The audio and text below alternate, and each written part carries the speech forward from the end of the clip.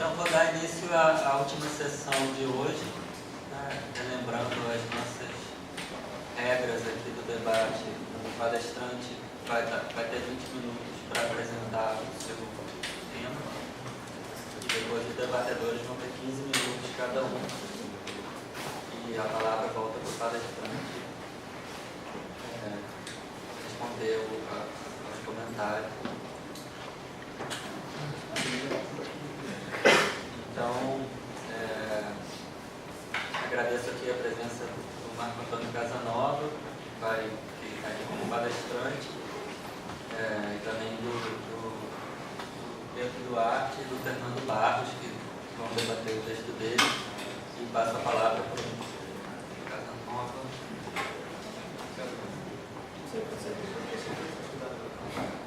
Bom, usando o artifício da Virgínia.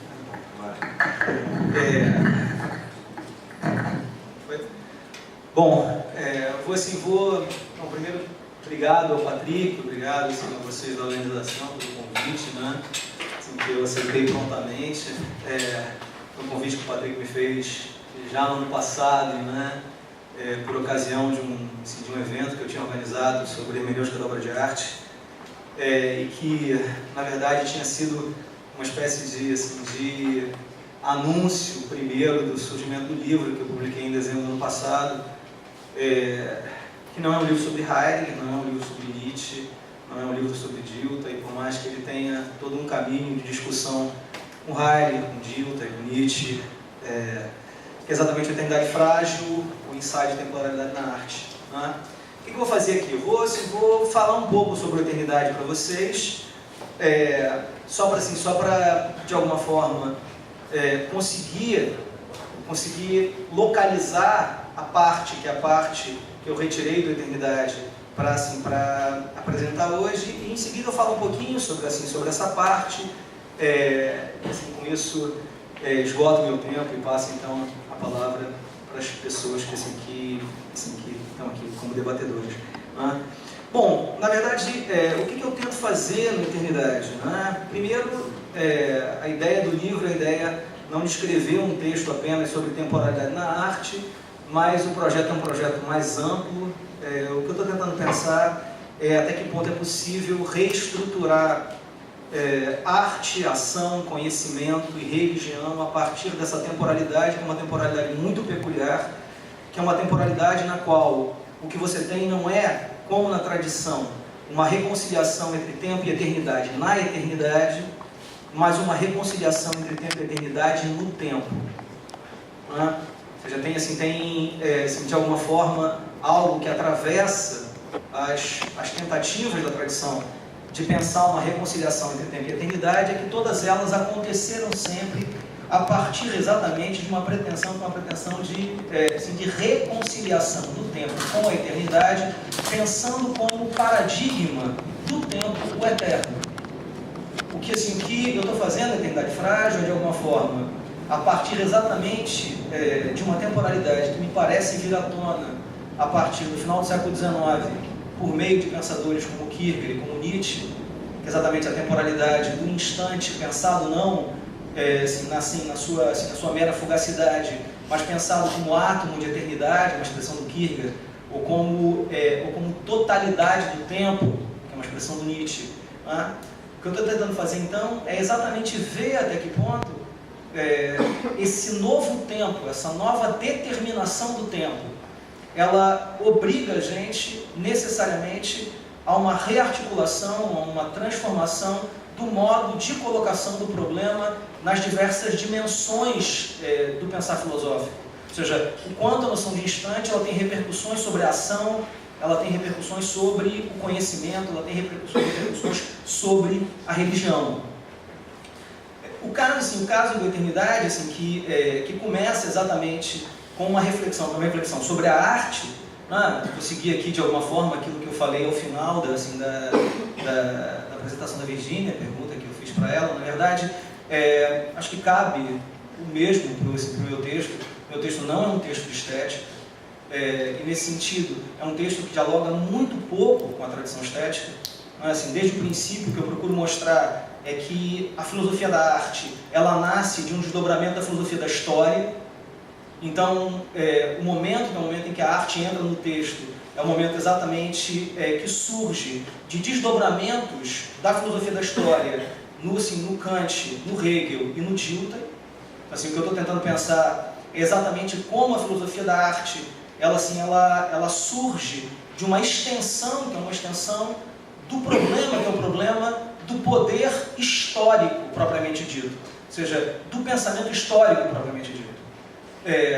No interior dessa reflexão sobre a relação entre arte e história, duas figuras são para mim extremamente importantes, o Dilthey e o Heidegger, por razões que são razões simples de explicitar, porque no fundo me parece que os dois eles têm as posições que são as posições mais fortes sobre a relação entre arte e história.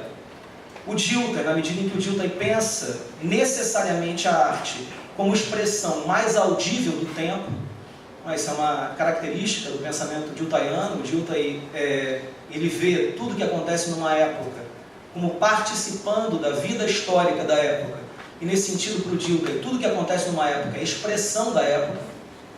Agora, para o Dilthey, nem todas as expressões são expressões igualmente audíveis da época. Nesse sentido, a proximidade entre o pensamento diltheiano, entre a hermenêutica diltheiana e o fenômeno, que é o fenômeno da arte, é uma proximidade que se deve, antes de tudo, à tentativa do Dilthey de encontrar esses fenômenos do tempo que revelam mais claramente o que constitui o tempo. Teve uma obra do Dilthey, que é uma obra famosa. Essa obra foi onipresente no início do século XX. É uma obra chamada Poesia e Vivência. E nessa obra, o Dilthey trata de alguns poetas alemães tradicionais. Então ele trata do Goethe, do Heine, do Hölderlin, do Lessing.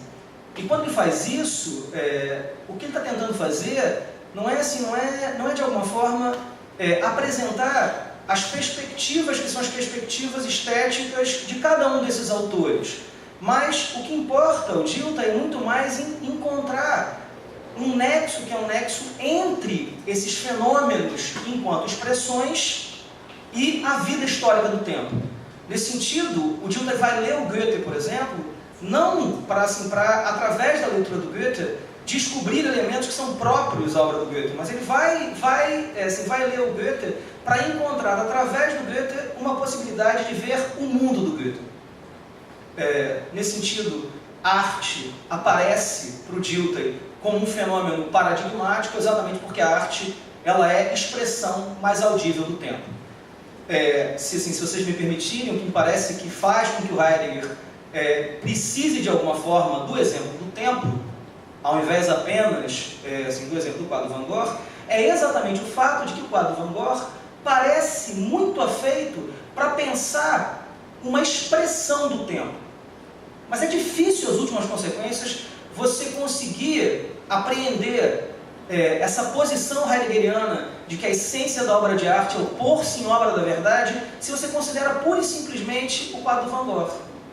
Parece que tem alguma coisa ali que cheira a diltheianismo, né? Ou seja, que cheira a compreensão do Dilthey da arte como expressão. O que acontece com Heidegger, na esteira, então, da discussão com o Dilthey, é que arte para o Heidegger não é apenas expressão mais audível do tempo, mas arte é o lugar onde o tempo se faz tempo. Nesse sentido, as reflexões do Heidegger sobre o acontecimento histórico na arte obedecem, antes de tudo, à tentativa heideggeriana de pensar para além da noção de expressão, para além da noção de arte como expressão. E isso envolve exatamente a tentativa de pensar a arte como essa abertura do espaço para que o acontecimento do tempo do mundo se faça acontecimento. E é nesse sentido, então, que o Hoje da Obra de Arte me parece um texto que tem uma questão fundamental, que é a questão do Heidegger tardio, que é a questão acerca do acontecimento histórico propriamente dito. Pensando a relação entre arte e história, surge um problema para mim. E que problema é esse? É que se a arte ela é um lugar onde o tempo se faz tempo, a arte é também um lugar onde você encontra originariamente a medida propriamente dita do tempo. E é isso que faz, então, que me obriga, de alguma forma, a sair do primeiro capítulo, que é um capítulo sobre a relação entre filosofia da história e filosofia da arte, por uma tentativa que é uma tentativa de pensar o tempo que é o nosso. Bom, e que tempo é esse? Esse tempo é o tempo do niilismo. Então, assim, o segundo capítulo é um capítulo totalmente devotado à relação entre Nietzsche e Heidegger. Ou seja, totalmente devotado à reconstrução da compreensão nietzschiana de niilismo e da estranha crítica heideggeriana que acaba reinserindo Nietzsche como consumação máxima do niilismo. Então, exatamente, esse segundo capítulo é uma tentativa de mostrar o lugar que é o lugar propriamente dito do acontecimento do nosso tempo. Ou seja, não pensar simplesmente de maneira reconstrutiva, sabe assim, no fundo nós vivemos das nossas insatisfações, sabe?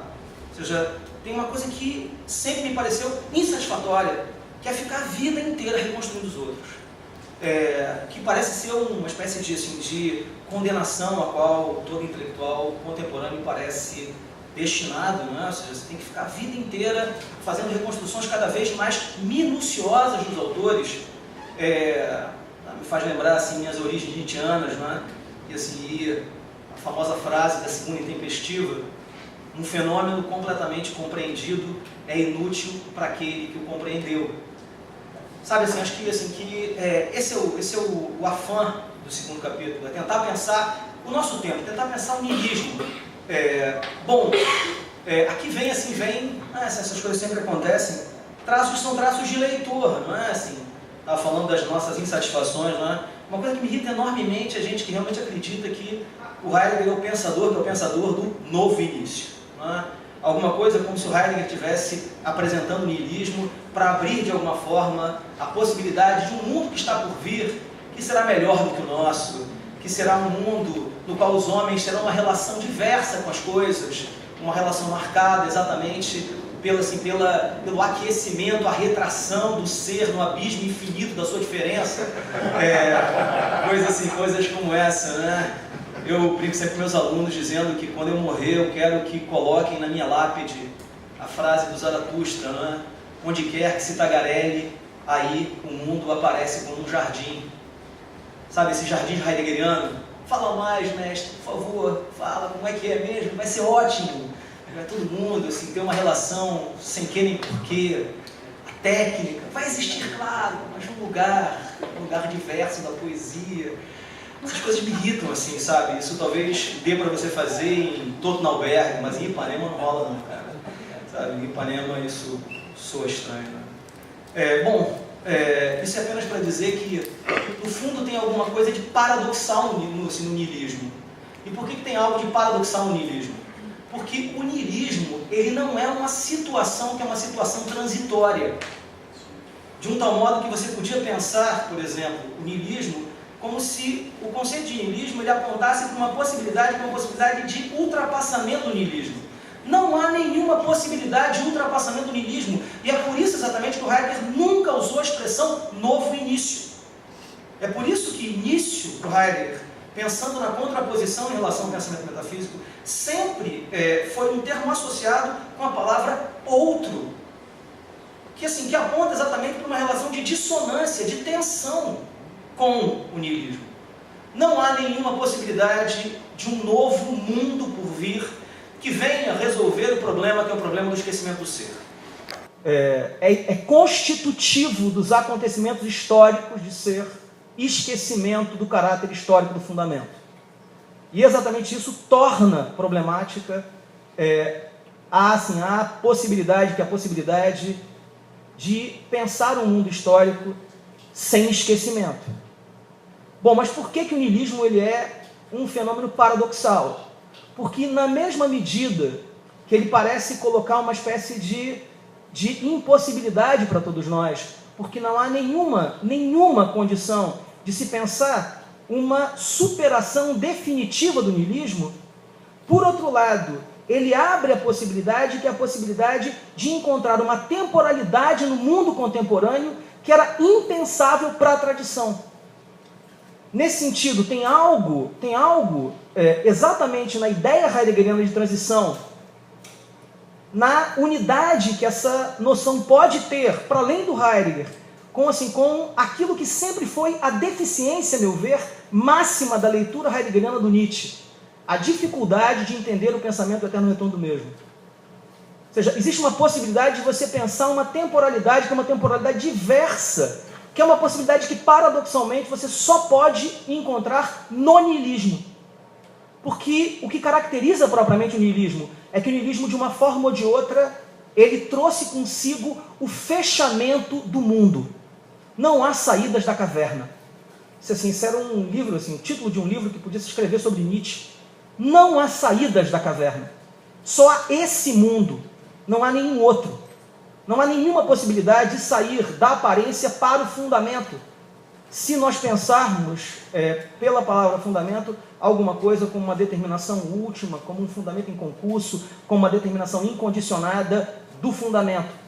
Tem uma passagem muito interessante do Contribuições, que o Heidegger chega e diz uma coisa impressionante. Ele chega e diz assim: ser é fundamento. Logo, ser não é fundamento. Coisa assim, você lê isso, você tem uma vontade enorme de fechar o livro e ir embora. Mas ser é fundamento. Logo, ser não é fundamento. O que o Heidegger está dizendo é que ser acontece como fundamento, historicamente. Agora, exatamente porque ser é acontecimento histórico de fundamento, ser sempre se diferencia das concreções históricas do fundamento. O que caracteriza o nosso tempo, por outro lado, é que esse tempo é o tempo no qual se pode, pela primeira vez, experimentar radicalmente essa situação que é uma situação peculiar à nossa existência. Se vocês pegarem o título, que é o título da passagem, tem um subcapítulo da eternidade, que é o que significa habitar como um estrangeiro numa morada transcendente. O que eu estou pensando com essa estrangeiridade é a nossa condição. Ou seja, nós somos estrangeiros. Nós nos determinamos por nossa estrangeiridade, porque nós somos os entes que não são radicalmente pensados. Por outro lado, essa condição de estrangeiridade é uma condição que só vem à tona plenamente no interior do próprio niilismo. O que acontece com o tempo do niilismo, nesse sentido, é que, por um lado, ele é o tempo dos momentos que se sucedem numa velocidade vertiginosa. Por outro lado, ele é o tempo da resistência silenciosa do que ontologicamente é de maneira densa. E é aqui exatamente que surge para mim a minha tentativa de pensar a temporalidade na arte. Ou seja, eu estou pensando a temporalidade na arte exatamente porque a arte me parece ser esse lugar onde esse adensamento ontológico ele acontece propriamente. Por isso, o que eu faço no interior dessas descrições, que são descrições, antes de tudo, da pintura, mas que, na verdade, a minha ideia agora é partir exatamente para falar de temporalidade na literatura, temporalidade na dança, temporalidade, ou seja, fazer uns excertos ao Eternidade Frágil. Não é? O ponto aqui fundamental, e eu vou ler apenas duas páginas do Eternidade, as duas páginas finais. O problema todo dessa tentativa de pensar o eterno no tempo é pensar a medida do tempo. Ou seja, o grande problema que é o nosso é até que ponto há a supressão de todo e qualquer além, de todo e qualquer aquém, de todo e qualquer princípio originário, de todo e qualquer telos último, o quanto isso parece nos lançar numa dimensão que é uma dimensão de absoluta indeterminação. Parece nos jogar numa espécie de redemoinho, no qual nada parece propriamente possuir algum lugar. Eu vou ler essas duas páginas. Já foram. Eu vou ler só uma páginazinha, né? Ou seja, eu vou ler só uma página, desculpa, o extravasamento do tempo, né? E eu vou ler essa página, a página final, que é uma página que fala sobre um quadro do Paul Klee, chamado Som Antigo. Nossa visão é originariamente geométrica. Com tal afirmação, nos aproximamos diretamente da experiência pictórica de Paul Klee. Dizer que a nossa visão é originariamente geométrica, porém, ainda não é suficiente para que se tenha uma clareza quanto ao que significa, afinal, nesse contexto, o adjetivo geométrico. Nós não vemos jamais estruturas completamente desprovidas de formas, mas nossa relação originária com os entes é, por princípio, estruturada pela apreensão de formas e volumes. Não necessariamente formas e volumes que obedecem a alguma regra matemática de concreção, mas, de qualquer modo, ainda assim, formas e volumes. Vemos rostos a partir de sua esfericidade ou de seu caráter mais redondo ou alongado. Constatamos a presença de certos traços que aproximam os homens dos animais e costumamos muitas vezes chamar amigos com apelidos que remontam aos animais. Ou seja, nós reconhecemos a presença de congruências ou incongruências, semelhanças, diferenças e distinções, pontos de contato ou pontos de divergência entre figuras. Não a partir de uma espécie de transposição pura e simples de certas propriedades de um ente para o outro, algo que, como Russell nos mostrou pela primeira vez de maneira suficiente, jamais pode ser alcançado sem a pressuposição daquilo mesmo que deveria ser explicado. Não, nós não apreendemos formas que, por pertencerem a certos objetos, coisas ou entes em geral, podem ser transpostas para outros objetos, coisas e entes. Nossa relação com os entes não é originariamente mediada por uma sensibilidade capaz de intuir formas, por exemplo, mas nossa relação é antes originariamente ideadora, para usar um termo caro à fenomenologia. Nós sempre vemos o particular a partir de características ideológicas que o revelam em seu conteúdo universal. E é nesse contexto, então, que Paul Klee nos abre todo um novo campo de compreensão por meio de seu som antigo. Exatamente como Pollock, Klee abre o espaço para que a paisagem contemporânea se revele em seu caráter mais próprio. Isso aqui é o lugar dessa última parte. Essa última parte é sobre paisagem. E é sobre paisagem por quê? Porque a gente tem uma tendência a dissociar pintura figurativa de pintura abstrata. Mas a paisagem contemporânea é uma paisagem que é determinadamente abstrata. Abstrata no sentido da pintura. Exatamente porque ela é complexa demais para caber pura e simplesmente em esquemas previamente dados. Tem sempre alguma coisa no que se apresenta para nós que transcende por completo a capacidade de reconduzir essas coisas às nossas estruturas puras e a priori. Isso, por outro lado, não significa dizer que nós estamos completamente perdidos em meio a formas que nunca se constituem, mas o contrário é o caso. Ou seja, a experiência, que é essa experiência do instante, é a experiência de uma necessidade, que é uma necessidade que não se faz pela simples destituição dessa pluralidade de elementos. E é isso, então, que eu estou tentando pensar na relação entre a pintura abstrata, nesse caso, a pintura concreta do Paul Klee, e o fenômeno contemporâneo. Exatamente como Pollock, Klee abre o espaço para que a paisagem contemporânea se revele em seu caráter mais próprio. Diferentemente de Pollock, de qualquer modo, o que conquista um assento em sua pintura não é tanto a necessidade de encontrar no próprio campo de realização da ação a necessidade que não se encontra nem aquém, nem além de tal campo. Ao contrário, o decisivo agora é muito mais o quanto uma tal necessidade vai ao encontro não de um casuísmo e de um relativismo sem esperança, mas repousa essencialmente sobre a experiência ideadora da razão imaginativa humana. Assim, algo que já está presente em Pollock silenciosamente ganha uma voz ainda mais audível aqui. A supressão da noção de universal abstrato, desarticulado da experiência existencial mais propriamente dita, não significa de maneira alguma uma condenação inexorável da existência a um particular destinado desde o princípio a jamais se mostrar senão como particular, ou seja, como algo desprovido de conteúdo ideal. Em meio à gradação de cores e à formação dissonante de figuras em uma harmonia não pré-estabelecida, Klee revela o quanto o particular possui um conteúdo significativo ideal, isto é, o quanto ele pode funcionar como um eidos, como um aspecto que concretiza em sua particularidade a experiência simultânea e co-originária do universal. Talvez seja mesmo por isso que Klee chama o quadro de som antigo.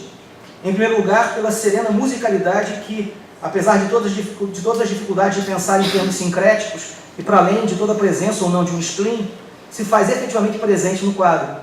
E, em segundo lugar, por razões que não temos condições de explicitar aqui, porque esse é justamente o espírito do mundo antigo, o espírito da filosofia que emerge a princípio com o divino Platão, ainda que não tenha sido esse o modo tradicional de recepção da dialética platônica. Ora, mas o que tudo isso tem em comum com a noção de eternidade frágil? Eternidade frágil, por fim, é o tempo de um tal modo de ser no mundo, do modo de ser no mundo do homem contemporâneo, do homem que acorda em um mundo sem transcendência, sem imanência, sem qualquer possibilidade de apelo a sentidos e finalidades extramundanas, mas que não se vê necessariamente condenado com isso ao caráter avassalador de uma realidade sem sentido e sem direção, a um vagar pela terra sem jamais alcançar qualquer orientação. Na luta antiga, ainda hoje vigente entre Teras e Aperon, entre limite e limitação, ser e devir, a arte contemporânea evidencia até que ponto é possível encontrar um instante feliz, é uma expressão do Kierkegaard, uma suspensão momentânea da contenda entre esses dois elementos, uma reconciliação temporal entre tempo e eternidade. É certo que, com tal possibilidade, nunca podemos pensar em uma morada definitiva. Nunca estamos em casa, nem no continente, nem no mar. Bonito, né? Assim, eu acho bonito mesmo. Nunca estamos em casa, nem no continente, nem no mar. Somos, por essência, estrangeiros que constroem sua morada em um espaço entre os dois. Justamente tal estrangeiridade, por sua vez, constitui a nossa morada como transcendente. Uma transcendência que experimentamos sem qualquer possibilidade de alienação do transcendente. Uma transcendência que se confunde com a dinâmica mesma de nosso existir. Uma transcendência de um mundo em constante processo de formação, mas ainda assim ideal em suas formas a cada vez instauradas. Essa experiência, enfim, que me parece estar plasmada em uma poesia de Jorge de Lima, intitulada A Tarde Oculta no Tempo, e com isso eu termino. O andarilho sem destino reparou então que seus sapatos tinham a poeira indiferente de todas as pátrias pitorescas e que seus olhos conservavam as noites e os dias dos climas mais vários do universo e que suas mãos se agitaram em adeuses a milhares de cais sem saudades e amigos e que todo o seu corpo tinha conhecido as 1000 mulheres que Salomão deixou. O andarilho sem destino viu que não conhecia a tarde que está oculta no tempo, sem paisagens terrenas, sem turismos, sem povos, mas com a vastidão infinita, onde os horizontes são as nuvens que fogem. Obrigado.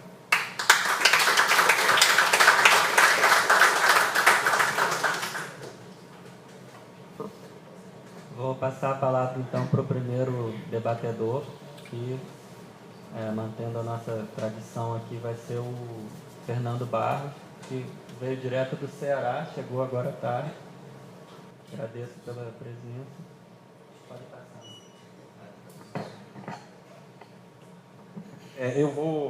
Obrigado, Pedro. Enfim, boa noite. Né?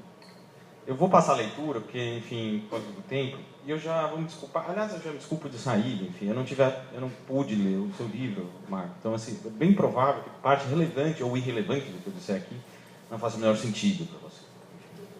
Mas, enfim, Fortaleza é longe, enfim, você vai ter que me ouvir, enfim. Eu vou passar a leitura.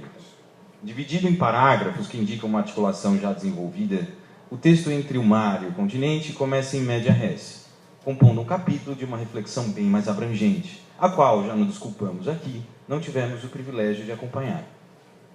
Minhas desculpas. Talvez por isso, conceitos e operadores teóricos são frequentemente introduzidos com uma série de flashbacks, por assim dizer, ou então mediante passos argumentativos que se referem a ponderações já maturadas.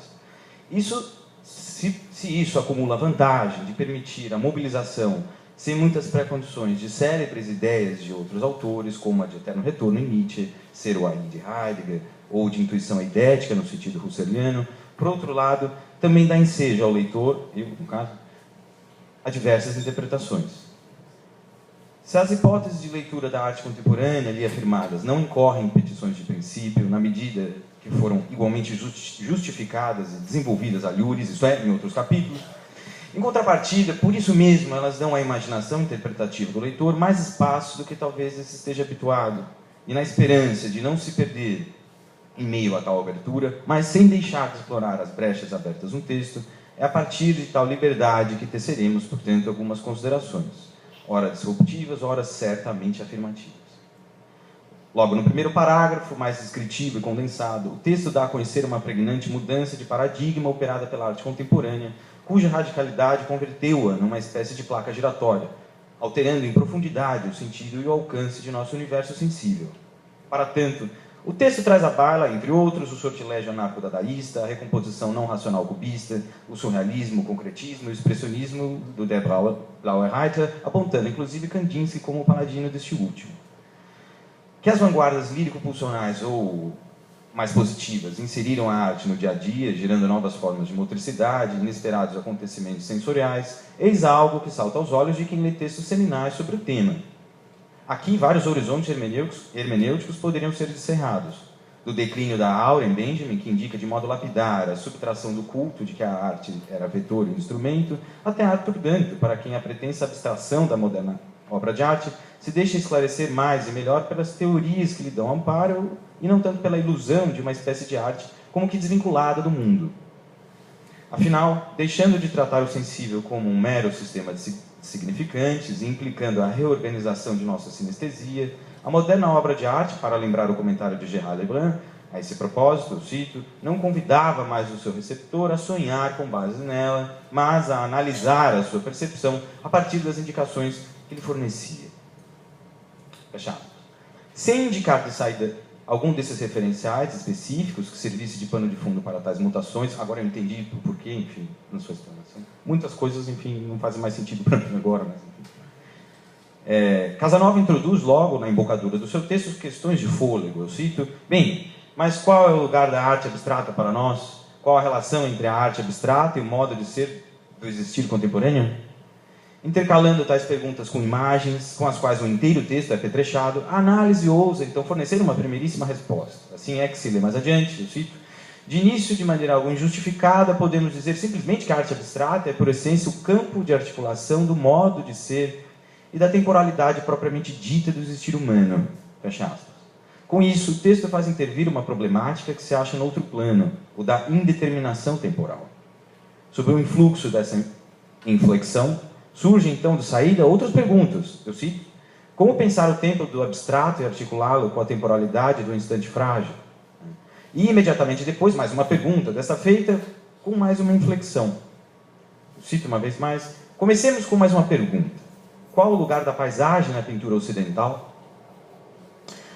Fecha aspas. Aparentemente deixada de lado, a primeira pergunta sobre o possível vínculo umbilical entre a arte abstrata e a dita temporalidade do existir humano. O texto se detém no problema da paisagem. Para tanto, discorre então sobre o Renascimento, em especial sobre a lei matemática que dele nasce e cresce. Passadas várias linhas, porém, nota-se que o mais relevante mesmo, em tal patamar reflexivo, é de fato a questão relativa à temporalidade, razão pela qual talvez o problema da paisagem acabe adquirindo um sentido ligado a um contexto sui generis. Até porque tal tema termina por abrir ainda uma outra janela, tanto mais complexa e de longa marcha na história da filosofia, saber o problema da unidade. Tanto é assim que se lê ainda, eu cito, por mais que se tentasse resolver o problema da unidade, jamais se conseguia plenamente superar o fosso entre o homem e o seu espaço existencial. Fecha.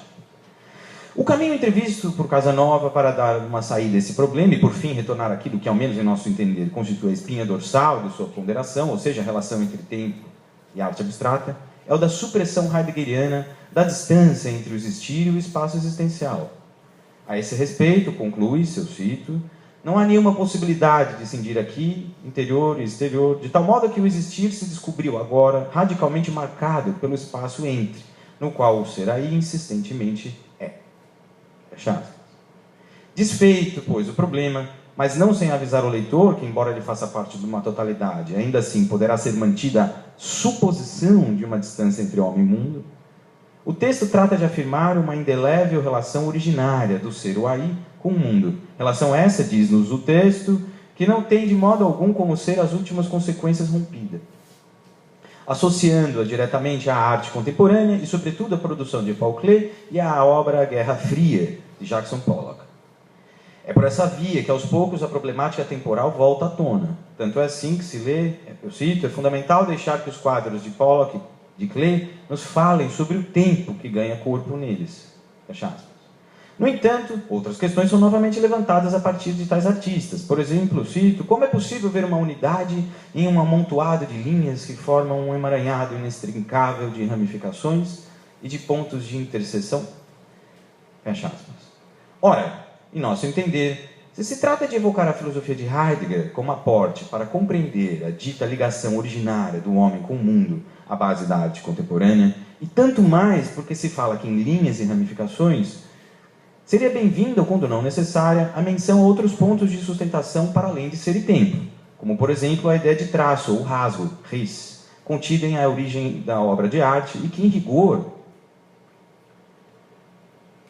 diz respeito à instauração da forma sensível propriamente dita, daquilo que se engendra a partir do conflito, Streit, entre terra e mundo, entre o que se fecha e o que se abre, dando à luz um assentamento de formas, uma Gestalt, um traço, um rasgo. É justamente essa marca que, segundo Heidegger, o artista imprime à sua obra, revelando à sua maneira a luta entre terra e mundo. É bem verdade que o texto ainda deixa claro que não pretende inserir elementos exteriores às obras no intuito de analisá-las. Nesse sentido, Casanova escreve, eu cito: como aconteceu aqui incessantemente, o que nos interessa não é, uma vez mais, a inserção de elementos estranhos ao quadro. Ao contrário, todo o nosso esforço também está voltado, nesse caso, para a concentração da atenção naquilo que temos diante de nós e naquilo que, a partir daí, nos é dado perceber. Fecha aspas. Com isso, o texto deixa ecoar com força uma abordagem de corte fenomenológico. E é mesmo a partir de um fenomenalismo seguro e inventivo que as obras arroladas passam a ser dissecadas texto adentro. Razões bastantes para que, mais adiante, seja dito, eu cito uma vez mais, nossa relação com os entes não é originariamente mediada por uma sensibilidade capaz de intuir formas, por exemplo, mas nossa relação é antes originariamente ideadora, para usar um termo caro à fenomenologia, trecho que você acaba de citar. De fato, talvez esse, fecha aspas, né? Talvez esse seja o caminho mais acertado para aquele que espera ter-se, para além de qualquer semiótica, aquilo que a imagem nos fala, que a fenomenologia prestou uma valiosa contribuição à análise das chamadas imagens materiais, quadros, desenhos, fotos, etc. Eis algo que salta aos olhos de quem percorre a história da filosofia contemporânea. Ao visar uma eidética da imagem, deteve-se na estrutura imagética, tal como aparece a intuição reflexiva, mas sem arrastar consigo os pesados compromissos metafísicos contidos na teoria clássica da imagem. É justamente sob o influxo de tal orientação que ganha relevo, por exemplo, a questão empreendida por Sartre em A Imaginação. Eu cito: o que é uma imagem? Pergunta Sartre. Esse elemento tão importante da vida psíquica terá uma estrutura essencial acessível à intuição e que possa ser fixada por meio de palavras e conceitos? Fecha aspas. Ora, o característico de uma personagem efigiada num quadro não é o fato de ela não ser perceptível tal como a pessoa real, mas ser efetivamente perceptível a despeito de sua irrealidade, indicando que, para compreender as imagens, cumpre deixar de lado a dicotomia ardilosa signo-significação. E, no fundo, seria preciso abandonar a crença de que todas as imagens pertencem à classe dos signos, aceitando de bom grado que entre esses últimos, os signos, e a significação, não há distância alguma. Mas voltemos ao texto de Casanova, visando aquilo que, em nosso entender, constitui sua verdadeira força questionante, a saber, a temporalidade. Eu não sabia que o livro era sobre a temporalidade. Desculpa. Assim é que, abrindo uma página cara aos nietzschianos, o texto segue adiante, eu cito: como procuramos salientar a partir do pensamento do eterno retorno do mesmo, em sua relação com a rearticulação desse pensamento a partir do eixo fornecido pelo instante, a reconciliação entre tempo e eternidade acontece aí, sobretudo, em função da supressão de toda distância entre passado, presente e futuro. No último momento de sua atividade criadora, no momento em que a loucura já se aproximava de sua existência com a força avassaladora de seu alheamento, Nietzsche começa a escrever coisas como, eu cito, cito a citação no interior da citação, né? Eu sou todos os nomes da história. O cerne de tais afirmações não é outro senão o cerne mesmo do eterno retorno do mesmo. Fecha aspas. Aqui cumpre fazer uma glosa. Nem mesmo em Assim Falava Zaratustra a ideia do retorno é unívoca. Assim como o próprio livro, Assim Falava Zaratustra, vale dizer, né, que Nietzsche não escreve a obra sincronicamente, isto é, ao escrever a primeira parte de Zaratustra, Nietzsche não tinha em mente as demais partes como algo pronto e acabado, e talvez o eterno retorno nem fosse de início a principal ideia indutora. Assim também a ideia de eterno retorno recebe outras formulações na obra, para além de sua versão cosmológica e metafísica, quiçá até mais importantes para o texto de Casanova. Como imperativo ético, por exemplo, a ideia nos forçaria a dar o devido peso às nossas ações, mas sem se dobrar ao drama do ressentimento. Ineficaz face ao fluxo polimórfico da transitoriedade, aquilo, portanto, que ao vir a ser não se deixa mais capturar ou fixar, o universo volitivo humano tenderia, em geral, a tomar sobre si a perspectiva de um padrão reativo, relacionando-se de um modo negativo com o passado. Impotente em relação àquilo que está feito, nos diz Zaratustra, a vontade seria sempre um espectador ruim de todo o passado. Fecha aspas. Sob tal ótica, a vingança contra o tempo consistiria, antes de mais nada, numa forma específica de repulsa ou aversão contra a existência já vivida e transcorrida. Como diz Zaratustra, eu cito uma vez mais, somente isso é, em verdade, a própria vingança, a aversão da vontade contra o tempo, e seu assim foi. Fecha aspas. Ora, se a pintura de Pollock foi chamada pelos críticos de act painting, pintura de ação, é justamente porque não se trata aqui de uma pintura passiva, porque não há nenhum projeto prévio do que deve ser pintado.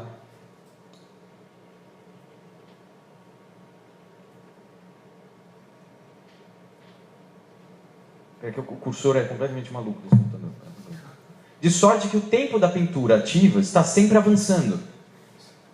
Uma obra de pintura de ação não se repete. Se algo não sai conforme o esperado, a vontade do pintor é para lembrar mais uma vez as palavras de Zaratustra, ela é impotente em relação àquilo que está feito.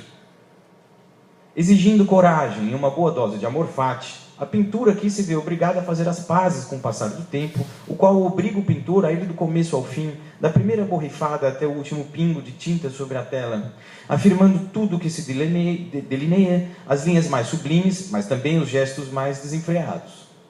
Embora reconheça e fundamente a importância da temporalidade para a pintura de ação, o texto aborda a relação à luz de um bifrontismo que, segundo o Casanova, como que cruza e constitui a própria noção de instante. Assim é que se lê, eu cito uma vez mais, está realmente acabando, acho que o tempo também, né? Está acabando, né? Eu cito, não há um instante enquanto temporalidade própria, o que há inversamente é uma apreensão alienada do tempo, a suposição de que haveria o tempo para além do instante, tempo alienado da existência e tempo propriamente dito do existir, dois modos diversos de experiência do instante. Fim de citação. Contínuo sucessivo, o fluxo temporal deixa-se dividir ao infinito, vindo a ser seccionado em momentos cada vez menores e indelineáveis, onde cada ínfimo instante é devorado para logo em seguida ser suprimido por outros átomos de tempo. Também Nietzsche usa a expressão átomos de tempo. De modo que uma representação conceitual completamente fiel do passar do tempo parece estar, em princípio, fora de questão. O tempo, sob tal ângulo, não é definido em termos de tempo. Não é definido como sendo uma dada porção de tempo. Eis, porém, o problema com o qual nos deparamos, muito bem reconhecido, por outro viés, pelo texto de Casanova. Ou rechaçamos o aspecto físico exato do tempo e acabamos legitimando o triunfo da subjetividade alienada, ou, então, arriscamos-nos a reiterar uma noção de tempo absoluto da física clássica, a qual não opera uma distinção subjetiva entre passado e futuro. Suas leis são, como o Aion de Platão, sem idade e sem duração. É aqui que a arte pode e deve intervir, dando-nos a conhecer um tempo mais digno, durável em termos de um eu que não se dobrou totalmente ao desejo de fuga de si, a um ego que não se deixou levar totalmente pelas máquinas ao seu redor, as quais insistem em reduzi-lo à condição de peça de relógio. Isso fica bem claro no texto de Casanova, e é com a audácia que ele se coloca contra a apreensão alienada do tempo. Perguntamos, porém, à guisa de conclusão, e se não for falar mais do que o necessário, a laia de sugestão para uma pesquisa futura, e aí você também já falou, aí, não faz o menor sentido falar isso agora, se não seria igualmente importante inserir tal análise num horizonte histórico mais amplo, operando, por exemplo, com o processo que Helmut Plessner chamou de musicalização dos sentidos, processo programaticamente mais explícito em Kandinsky e Franz Marc, com raízes profundas, inclusive no romantismo alemão. Eu penso em Tieck e Wachenroder, no mínimo. Isso não seria difícil, pois o próprio texto de Casanova evoca metáforas musicais. Eu cito, o pintor torna-se pintor apenas por meio da escuta, a necessidade que cada vez se apresenta no movimento mesmo da pintura. O projeto da obra emerge da própria dinâmica da escuta. E, afinal, o próprio texto, detendo-se numa obra de Klee, da qual você também falou agora, enfim, sugere, talvez seja mesmo por isso que Klee chama o quadro de som antigo. Não se trataria tanto de mostrar aqui uma pseudomorfose da música à pintura. Eu estou realmente concluindo. Não se trataria aqui de mostrar uma pseudomorfose da música à pintura, mas precisamente o contrário. Uma pseudomorfose das artes plásticas à temporalidade musical. Algo, aliás, que o próprio Adorno, nos anos de maturidade, iria reconhecer de bom grado em A Arte e as Artes. E para finalizar, lembrando uma vez mais as sábias palavras de Gerard Lebrun, convém frisar: o olho fora educado para olhar, mas agora propunham-lhe que escutasse.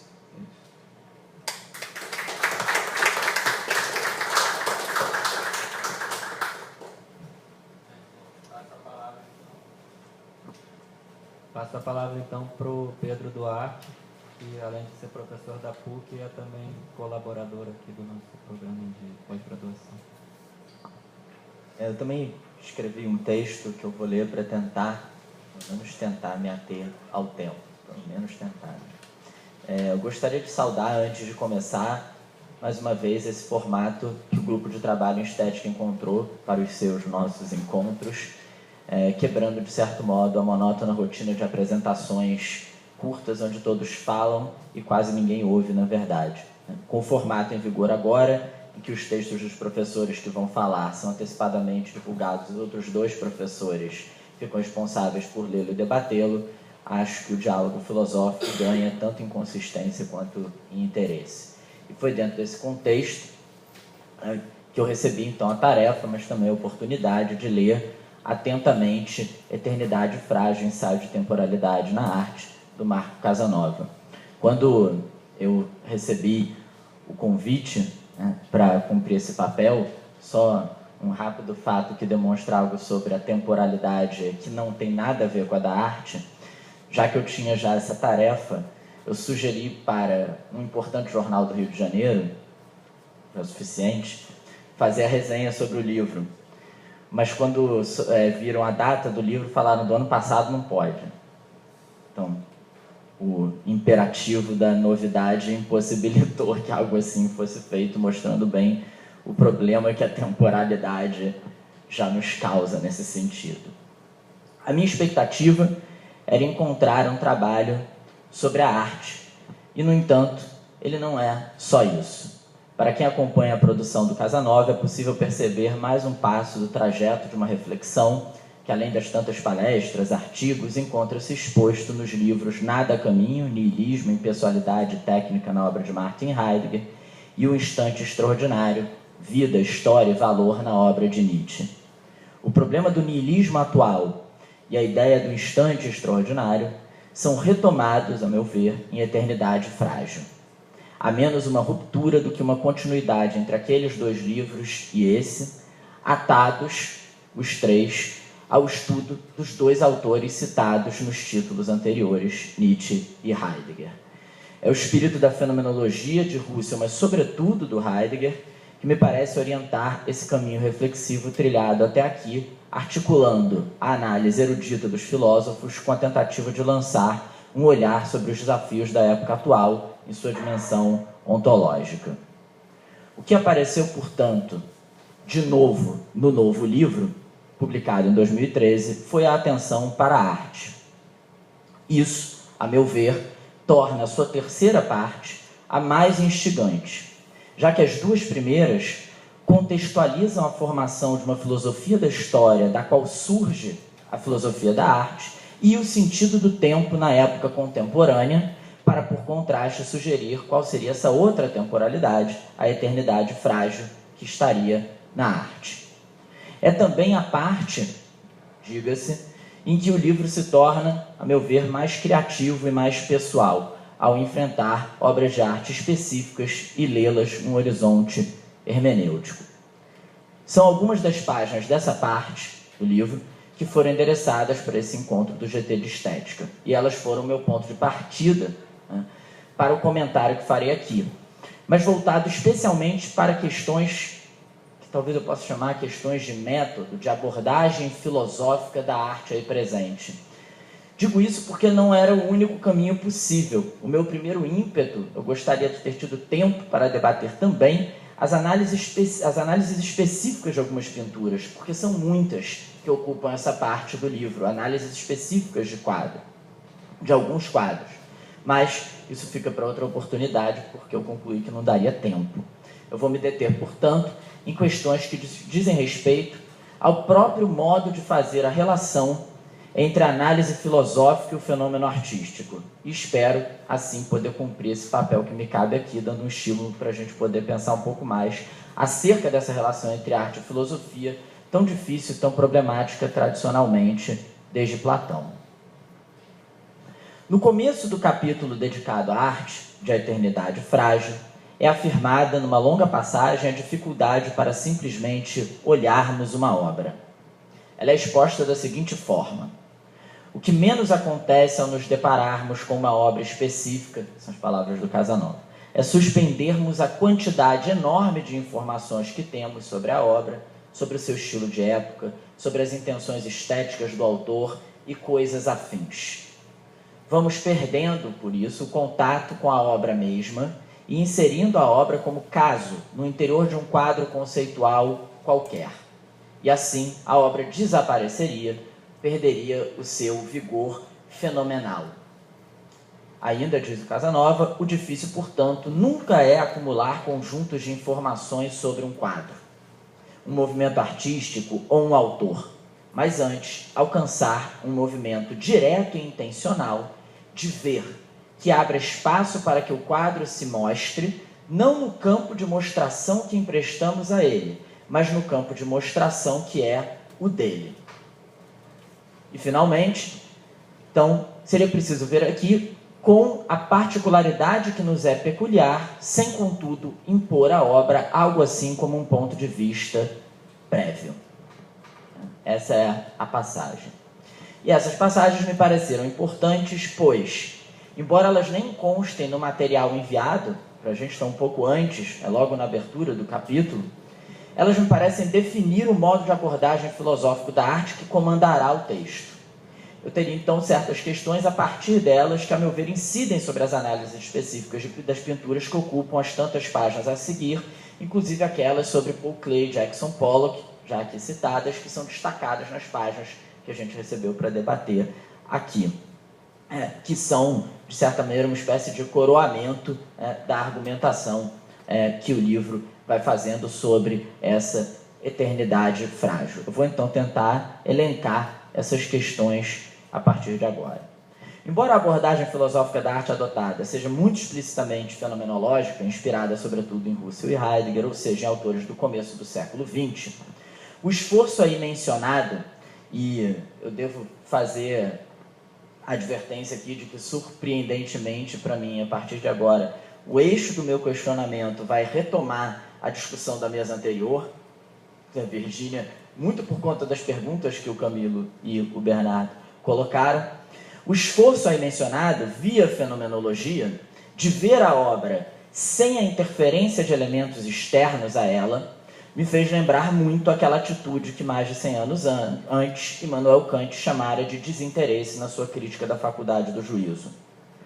Todas as informações eruditas e históricas sobre a arte que atrapalhariam, por serem demasiadamente externas, o contato com a obra mesma, parecem fazer parte de um interesse cognitivo no fenômeno estético, que de antemão subtrai a sua singularidade independente. Quando Kant pedia que o espectador se tornasse desinteressado diante do belo, esse apelo era para que interesses cognitivos e morais, em primeiro lugar, mas nós poderíamos dizer também pragmáticos, eruditos, ficassem de fora para que encontrássemos o que estava à nossa frente. Na estrutura negativa do próprio termo, desinteresse, ou seja, um não interesse, parece estar admitido implicitamente que ver é o mais difícil, que isso exige de nós um esforço, que, em geral, já estamos interessados demais para somente enxergar o fenômeno estético a partir de si. Não precisamos de esforço, por assim dizer, para estarmos propriamente interessados, mas sim para nos livrarmos da projeção de tais interesses sobre aquilo com que nos encontramos. Por isso, Kant dizia que o prazer estético era, inclusive, desprovido de conceitos. Isto é, ele não seria inserido em, a meu ver, como nas suas palavras, em um quadro conceitual qualquer, conforme as palavras de eternidade frágil.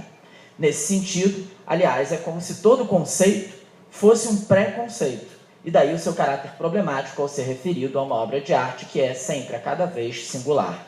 O conceito anteciparia o que na arte jamais pode ser antecipado, o ser específico de uma obra.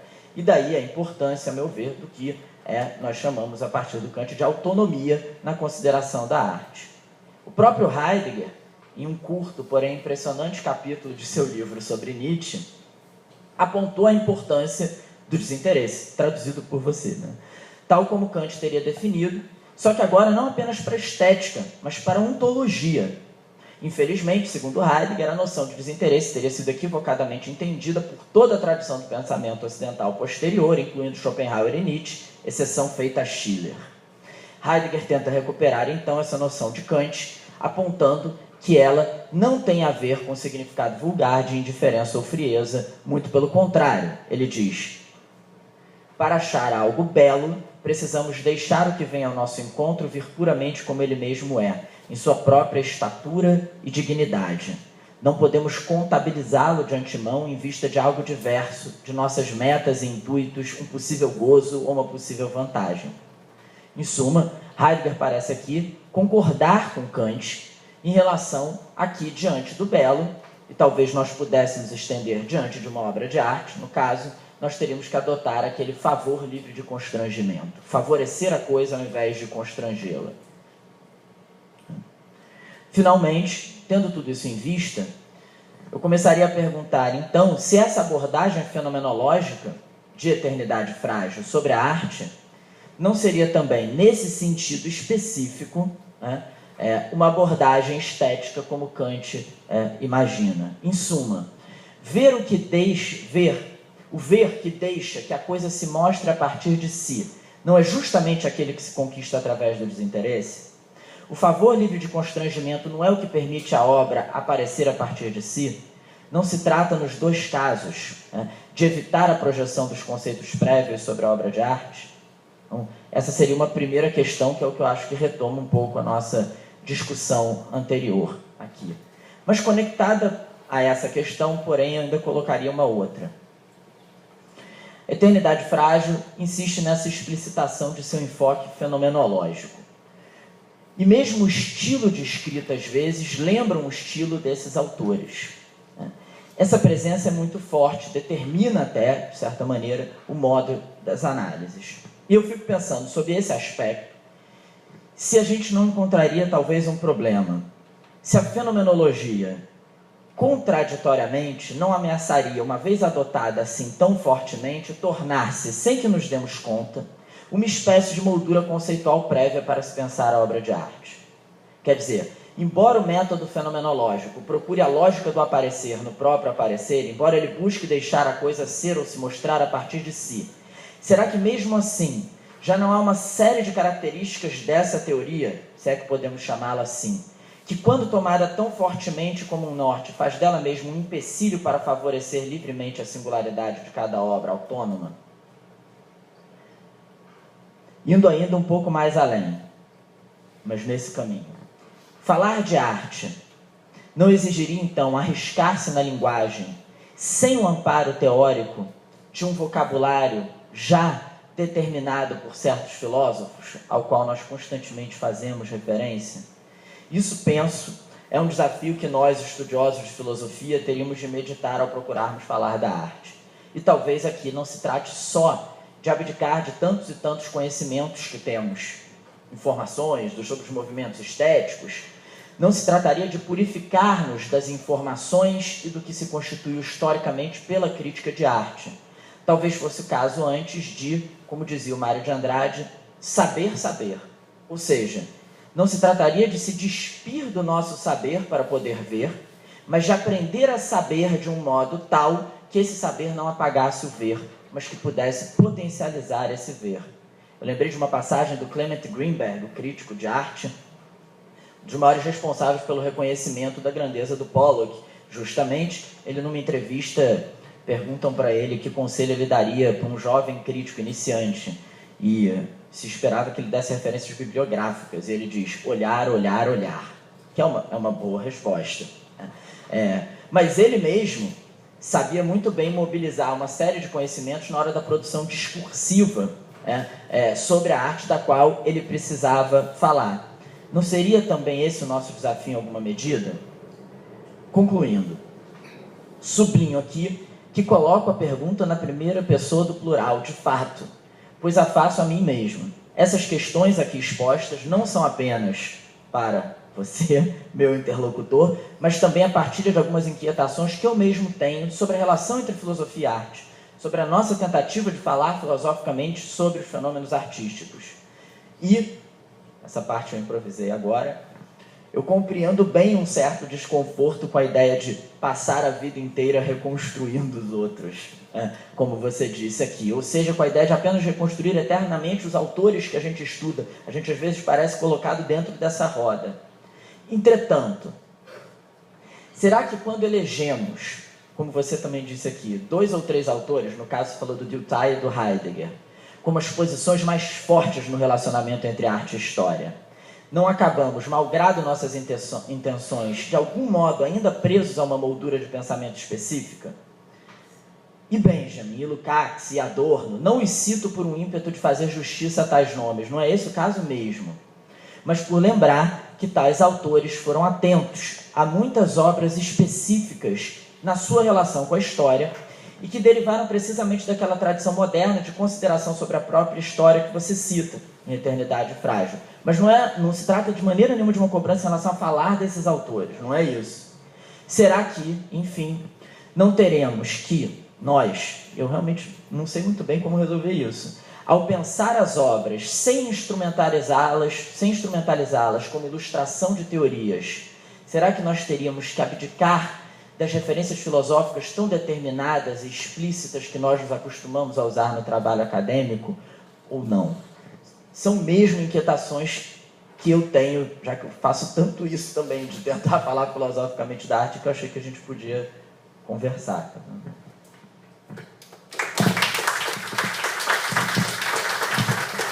Bom, gente, primeiro, cara, eu vou me desculpar enormemente com o Fernando, não é assim, é sempre problemático você retirar esse é um livro que é um livro de 600 páginas, não é, cara? 5 anos de trabalho, através de muitas coisas que não tem mais uma relação, que é uma relação pura e simples de pegar um autor e analisar o autor naquilo que o autor pensou, sabe? Isso é uma coisa que eu hoje em dia realmente tenho pensado, você sabe, que é a necessidade de você, de certa forma, não ter interesse pelos autores, sabe?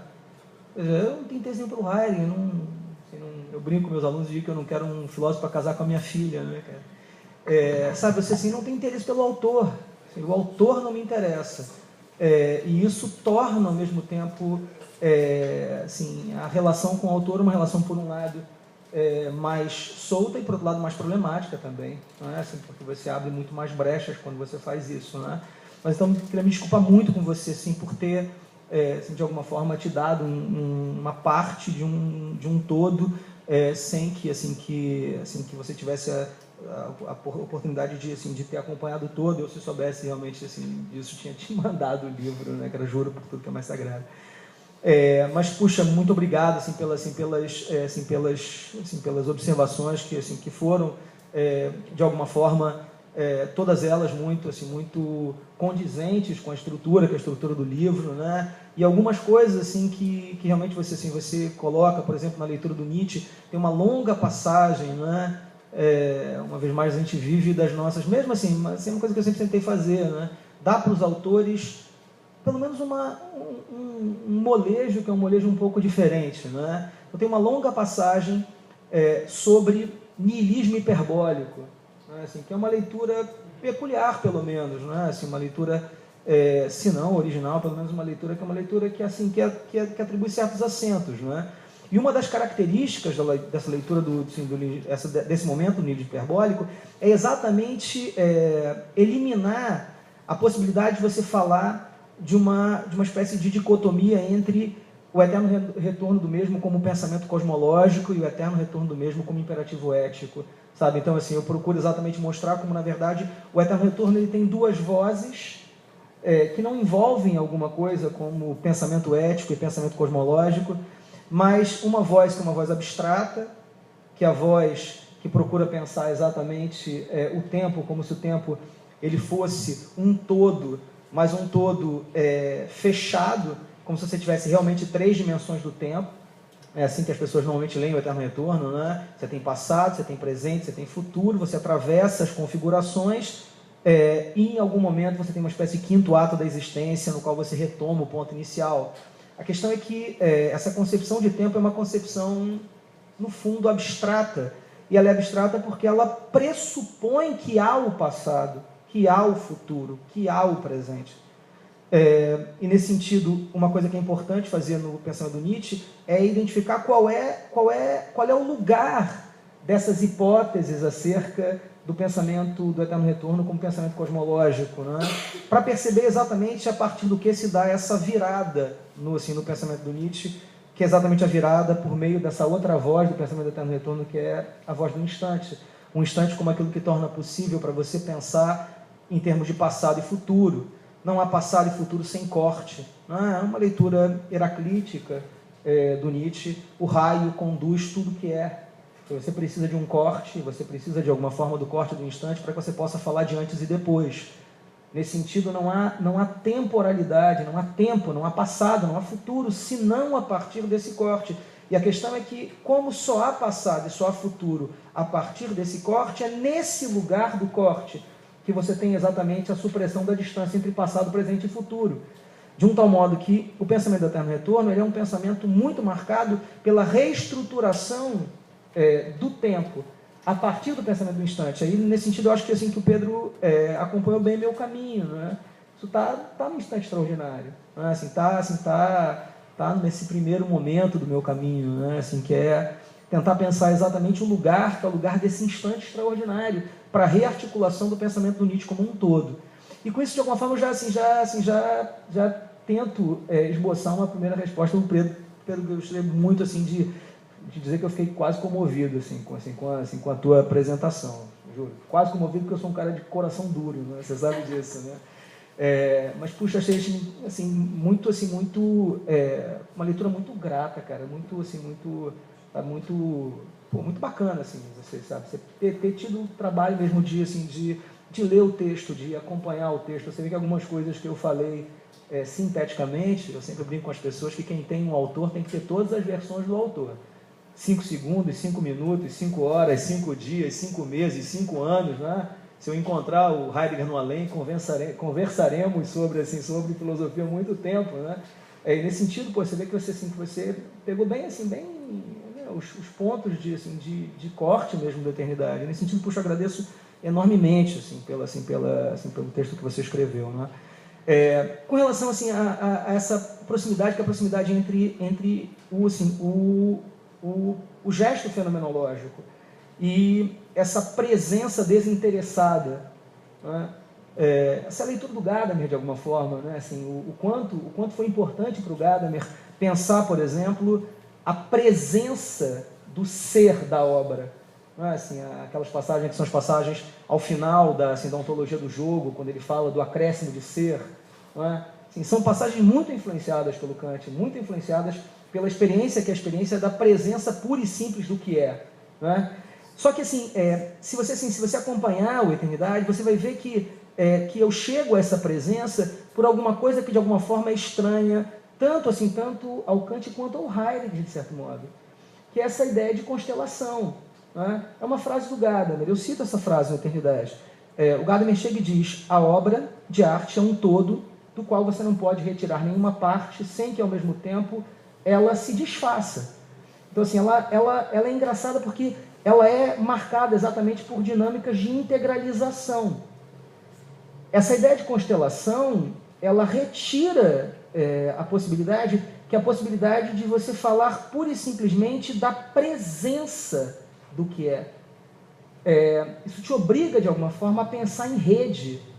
Isso te obriga a pensar não na presença da coisa pura e simples, não na presença do objeto enquanto tal, mas assim, mais na presença da constelação. E isso, para pensar a ideia de constelação, essa ideia de constelação relacional, isso é caracteristicamente kantiano, né? Mas pensar a constelação relacional na temporalidade do eterno, porque esse é o problema. O problema é como é que você consegue se colocar, é uma expressão do Nietzsche, na estaca do instante como uma deusa da vitória. É uma expressão da segunda intempestiva, da segunda extemporânea. Sabe, essa possibilidade de você se colocar na estaca do instante. Mas se colocar na estaca do instante significa necessariamente superar a pretensão, que é a pretensão de que você pode encontrar uma coisa que se apresenta. Significa, de alguma forma, se colocar nesse lugar, que é um lugar que necessariamente é plural. Agora, o problema da gente é que se saiu da unidade absoluta para uma pluralidade sem esperança. Me parece que esse é o problema da gente. É que a vida se complexificou, tudo ganhou pluralidade, multiplicidades, sem que você, ao mesmo tempo, pensasse a reconciliação entre constelação e unidade. Isso tem uma relação, que é uma relação com fenomenologia. No fundo, cara, da experiência fenomenológica, parte uma experiência que é da seguinte ordem.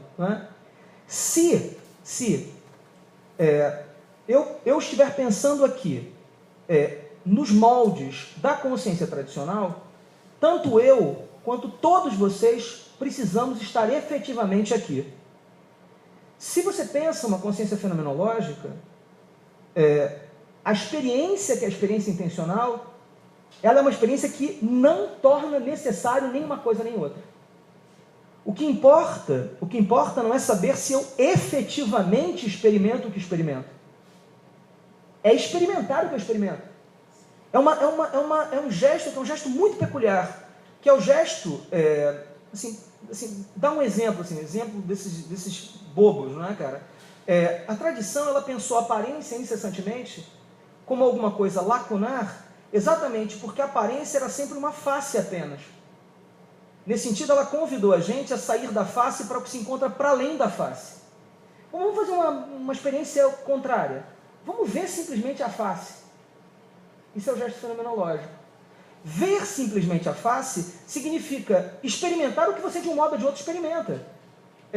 E isso já, de certa forma, eu acho que responde a segunda pergunta, que é difícil, né? Porque no fundo você tem que fazer escolhas, opções.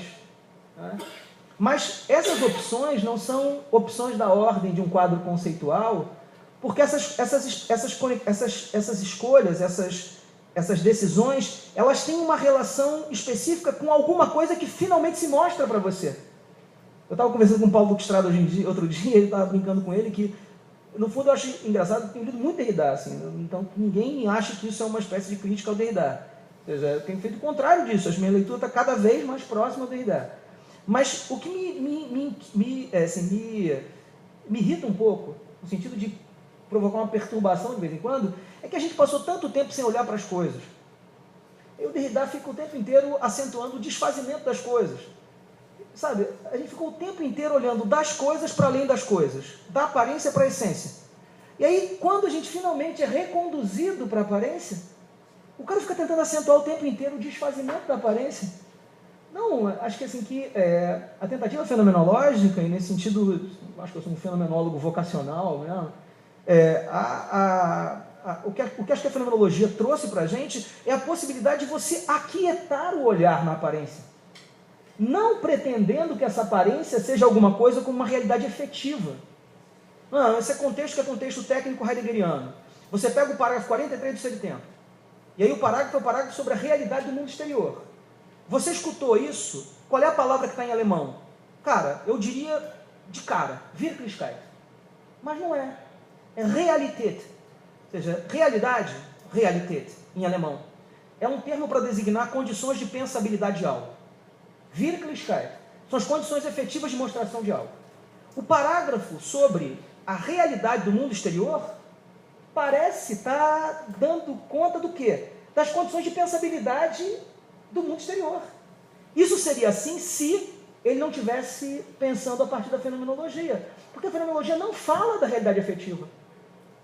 E nesse sentido, a experiência que eu tenho assim, de uma obra, por mais que ela seja particular a mim, a particularidade ela não é um argumento contra a universalidade descritiva da minha experiência. Porque a única coisa que eu não posso questionar é o fato de que eu tenho a experiência que eu tenho. Ou seja, se essa experiência é uma experiência que outro vai ter, eu não sei. Eu sei que a experiência que eu tenho eu posso descrever. E descrevo no âmbito do acontecimento propriamente dito dessa experiência. E isso libera a gente um pouco para que isso que podia soar como uma espécie de um aprisionamento conceitual seja o contrário disso. Seja um modo de as coisas se revelarem a partir do ponto onde você se encontra. Sabe, que assim, que de alguma forma me parece ser a desdramatização gadameriana do Heidegger, sabe? Ou seja, você não precisa pensar numa suspensão absoluta do horizonte de preconceitos para que você tenha a possibilidade da experiência propriamente dita do que é, porque os preconceitos, de um modo ou de outro, são reveladores. Então, assim, acho que é mais importante você acompanhar, simplesmente, o movimento, a mobilidade, o acontecimento desse revelar-se das coisas. Eu acho que, assim, que o grande problema do Gadamer, me parece, e é por isso que eu não sou gadameriano, é que o Gadamer não conseguiu ver a possibilidade desse horizonte temporal, que é o horizonte temporal do eterno. Um horizonte temporal que, por outro lado, exige da gente a suspensão radical de toda e qualquer articulação do existir com o mal. Tá? E é por isso que a Eternidade Frágil termina com as poesias eróticas. Tá? Termina com as poesias eróticas por quê? Porque o corpo é o lugar do eterno. Não é pensar o corpo como podendo participar do acontecimento da eternidade. Mas é o contrário disso, é pensar o corpo radicalmente como lugar da eternidade. Isso me parece tarefa, mas poxa, Pedro, fiquei comovido. Obrigado.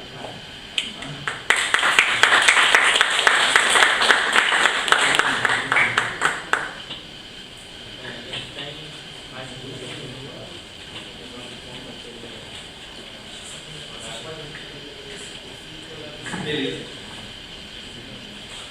O horário de 1h45 para cada mesa. Então, abro para perguntas do público.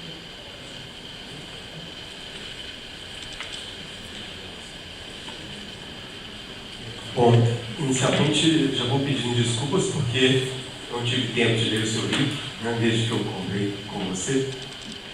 Mas pelas duas apresentações que eu vi, né, a em Belo Horizonte e nessa agora, eu tenho mínimos elementos para poder formular uma questão. Pelo panorama e solo conceitual no qual você navega, dá para ver que dialética não é a sua praia. Pois bem, tem uma percepção da dialética, a partir de Hegel e depois, tal como é apropriado por Adorno, que é da relação entre particular e singular, como se condensando na história, de tal maneira que esse adensamento constitui uma espécie de núcleo do que constitui o conteúdo de toda a obra de arte. Adorno diz que analisar uma obra de arte significa se aperceber de sua íntima imbricação na história. O conteúdo de toda a obra de arte seria, então, este adensamento histórico que consubstancia em cada obra como aquele que lhe perpassa o sentido próprio como obra de arte. Nesse sentido, eu escrevi um artigo baseado no capítulo da minha tese, que é a ideia de que a arte contemporânea é historicamente sublime, porque é como se a história fosse uma espécie de transcendência autoproduzida da obra de arte, pelo fato de que aquilo que faz a obra ser obra, nesse sentido mais propriamente estético, é o fato de que ela deixa-se ultrapassar pelo conteúdo de história, o seu conteúdo histórico, de alguma maneira explode, né? Eclode nela como sua própria transcendência fabricada, produzida por ela mesma. Então, nesse sentido, é só uma provocação mesmo. em que medida toda essa fenomenologia, essa reconciliação das aparências, como se costuma dizer, em que medida ela desconhece a negatividade da experiência, não como niilismo, mas sim como algo que a constitui em termos de uma dinâmica histórica de enfrentamento com a negatividade da realidade. Quer dizer, o quanto que a negatividade do real não é apenas o diverso, mas é algo que contraria a identidade do sujeito, contraria a identidade dos objetos, e nessa relação com a negatividade é que o universal e o particular possam se encontrar nessa ideia de um nó dialético, que aliás o primeiro Nietzsche gostava de usar essa ideia de nó dialético lá no Nascimento da Tragédia. Em que medida esse nó dialético poderia ser, a expressão é meio pejorativa, mas ressuscitado no interior dessa fenomenologia, então, que ela então pudesse abrigar um pouco a negatividade como motor da história, que, digamos assim, daria uma outra luz, outra possibilidade de esclarecer a relação entre a eternidade e o tempo fugaz, né, a fugacidade do tempo, que não fosse nesta reconciliação com as aparências. E só para finalizar, alguém falando, você falava, né, reconciliar com as aparências, que Foucault está reconciliado com as aparências, que não faz uma teoria do poder, nem faz uma analítica do poder. Então eu falei, pelo que eu vejo, eu estou comentando especificamente a vontade de saber, né, a história da sexualidade do Jung, aí eu brinquei para dizer, olha, Foucault não está reconciliado com as aparências, não. Eu acho que ele está casado monogamicamente com as aparências, no sentido de não querer fazer nenhum aprofundamento teórico acerca da emergência histórica, né, do desejo e essas coisas todas. Mas então você entendeu, né? É mais uma provocação mesmo. Pô, Benê,